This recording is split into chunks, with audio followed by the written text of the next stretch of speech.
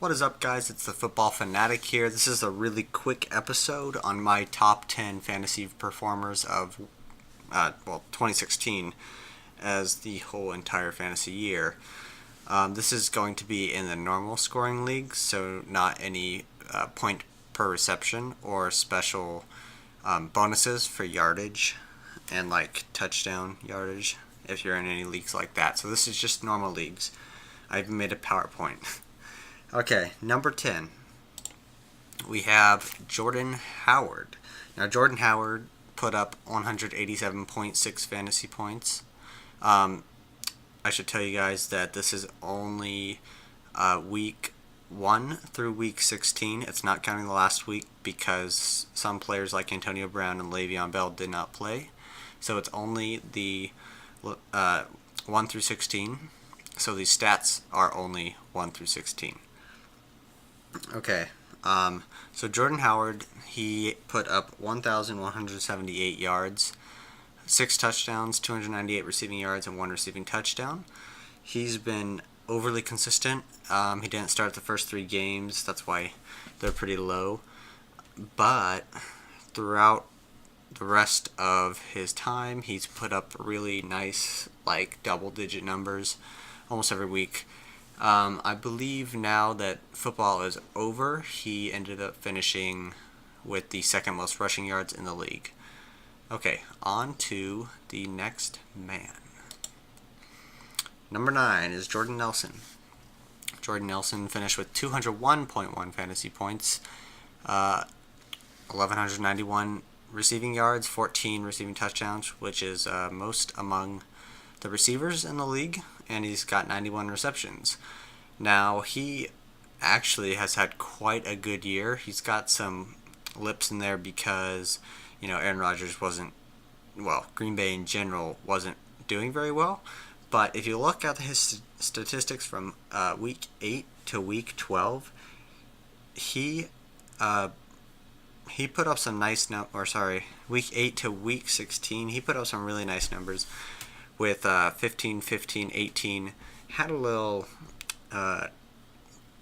couple of bad games there, but then he fixed himself up for the rest of the season, which is huge for people in the playoffs.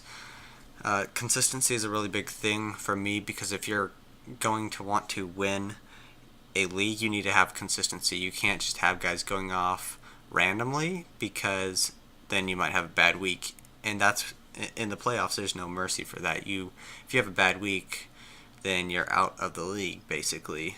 You're maybe competing for third place, but you're not winning the league. So consistency is huge. Moving on to number 8, DeMarco Murray. He had 238.9 fantasy points, 1,266 rushing yards, 9 touchdowns, 379 receiving yards, 3 receiving touchdowns.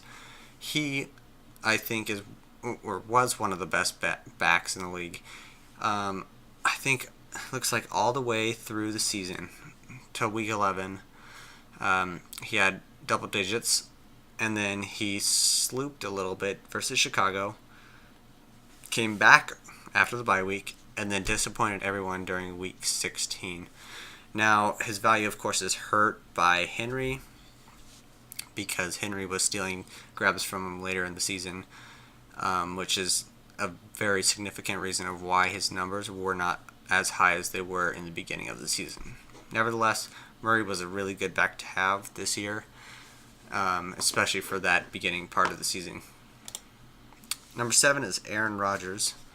He had 345 fantasy points, 4,128 yards passing, 37 touchdowns, which this is week 16, but I'm pretty sure he was leading or tied for the lead with that. 7 interceptions, 327 rushing yards, and 4 rushing TDs.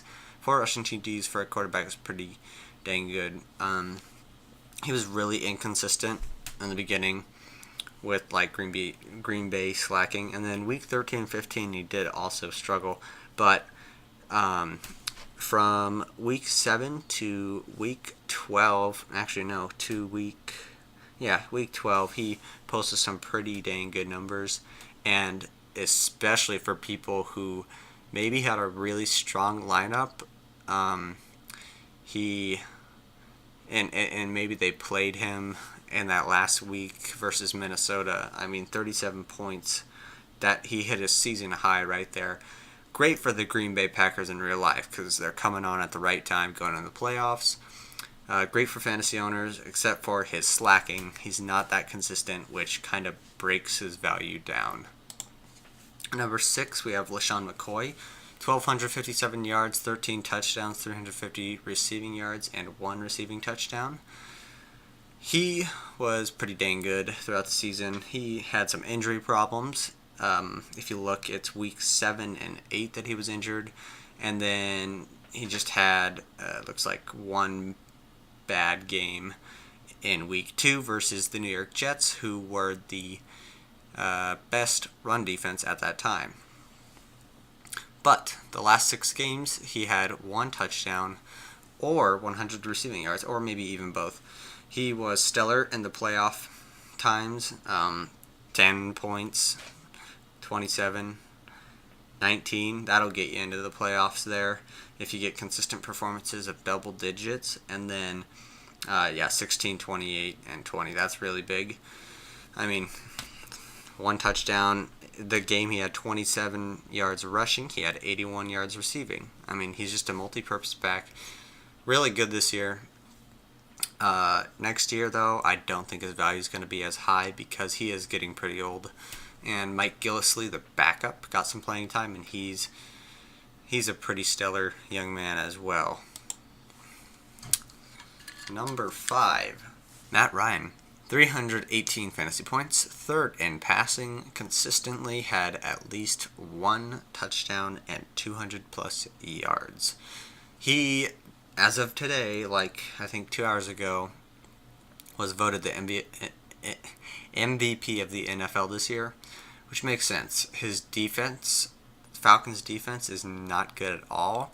So for him to lead a team into 11 wins and the playoffs is absolutely amazing. And if you look at these stats, you'll understand. He had at least 1 touchdown and 200 plus yards every single game of this year. That's amazing. I don't see one game that's under 200. And if you look at the touchdown column, there is no game where he doesn't have at least 1 touchdown. One thing I wish he did more would be run the ball into the end zone, but the Falcons are such a good team. They've got Coleman and Freeman to do that. So, number 5, Matt Ryan. Number 4 is Odell Beckham Jr., if you want to say. 191.2 fantasy points, 1,323 yards, which is 2nd in the receiving category amongst all receivers. 10 touchdowns, 96 receptions. Last 8 games of the season here. So from his bye week to the last week, he had 1 under 10 fantasy points, and that was versus Chicago. Just not a very good game there. But if you compare this to other people, this is part of the consistency thing.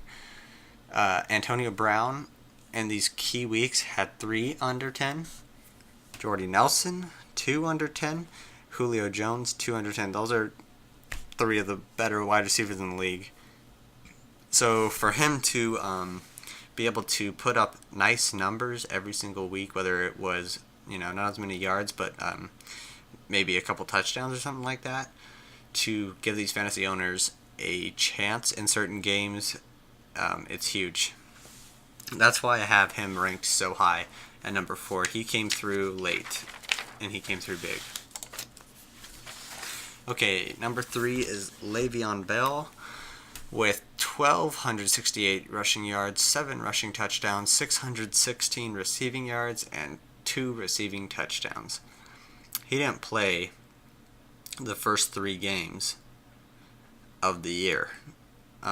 He's pretty similar to Jordan Howard in that aspect, except for that he's extremely multi-dimensional. He can play a wide receiver. 616 receiving yards is crazy for a running back, really. If you look at his game logs here, he's got at least 20 yards receiving in most of these games. He's a big rusher. He had that massive game against Buffalo, 236 rushing yards. That was the first week for playoffs in most leagues. So people who had him probably won just off of him. What running back puts up 47 points in a normal league? I mean, that's absolutely crazy. If you were to compare that to the league with bonuses, I think that's up there in the 80s. Pretty sure. But he finished really strong. Pretty consistent back. I mean, you've got to expect 10 points out of him. Great back. He's second leading rusher in the league at that moment. Week 16. It was just the last week that he didn't play. Jordan Howard played, so Howard got more yards than him. Okay, number 2 is another running back with Ezekiel Elliott. 272.2 fantasy points, 1,551 yards, 13 touchdowns, 351 receiving yards, and 1 receiving touchdown. He's been stellar this year. Rookie, unbelievable. Best in rushing yards. And this whole entire year, he has not scored under 10 fantasy points. That is something special right there. He's got just some extreme talent. He's got a great O-line, but really, really good back. Most consistent out of them all, almost. There's only one back who I think is better, and of course, that would be David Johnson. David Johnson put up 323.4 fantasy points. That's as much as quarterbacks put up in a year. He had 1,233 yards rushing, 16 rushing touchdowns, 841 receiving yards, and 4 receiving touchdowns. The dude is better than half the receivers in the league just with his stats in receiving. 20 combined touchdowns, which is a league-leading thing. A lot of quarterbacks haven't even thrown 20 in the season. But if you look at his stats, he has games just like Ezekiel Elliott where he has not gone under 10 any of the weeks. And especially from week 10 to week 16, one game where he had 12. The rest is in the 20s. This dude is the Arizona Cardinals. He definitely was the best fantasy player overall for his position, especially. You don't expect numbers, 323.4 fantasy points from a running back in a fantasy league. You expect that from a quarterback, but he's putting up those numbers,